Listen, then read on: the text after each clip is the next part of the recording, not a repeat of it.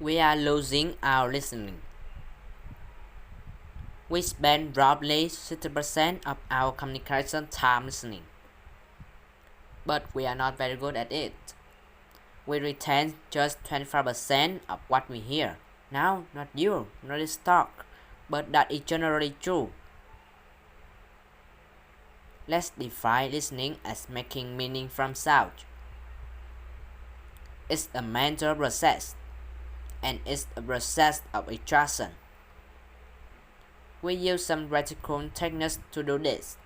One of them is pattern recognition.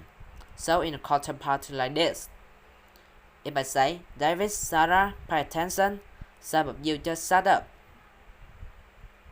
We recognize patterns to distinguish noise from signal, and especially our name. Differencing is another technique we use. If I left this being noise on for more than a couple of minutes, you would literally kiss to hear it. We listen to references, we discover sounds that remain the same. And then there is a whole range of filters. These filters take us from all sound down to what we pay attention to. Most people are entirely unconscious of these filters, but they actually create our reality in a way, because they tell us what we are paying attention to right now. I will give you one example of that. Intention is very important in sound, in listening. When I married my wife, I promised her I would listen to her every day, as if for the first time. Now, that's something I fall short of on a daily basis. But it's a great intention to have in a relationship. But that's not all. Sound places us in space and in time.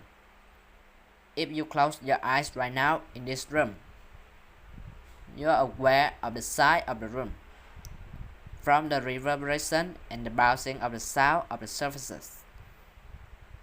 You are aware of how many people are around you because of the micro noises you are receiving. And sound places us in time as well, because sound always has time embedded in it. In fact, I would suggest that our listening in the main way that we experience the flow of time, from past to future. So, sonority is time and meaning a great word. I said at the beginning, we are losing our listening. Why did I say that?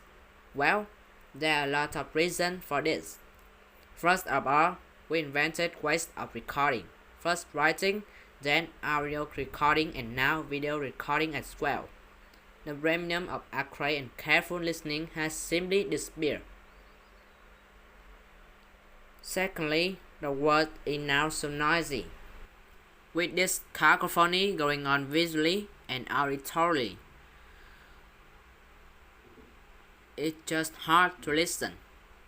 It's tiring to listen.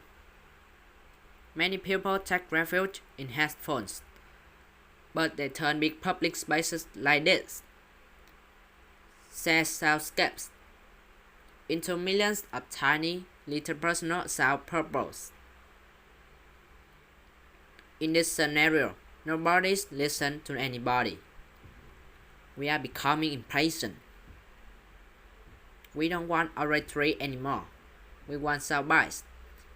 And the art of conversation is being replaced, dangerously, I think, by personal broadcasting.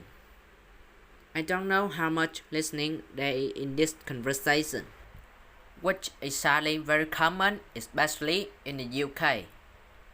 We are becoming desensitized. Our media have to scream at us with these kinds of headlines in order to get our attention. And that means it's harder for us to pay attention to the wide, the subtle, the understated. This is a serious problem that we are losing our listening. This is not trivial, because listening is our access to understanding.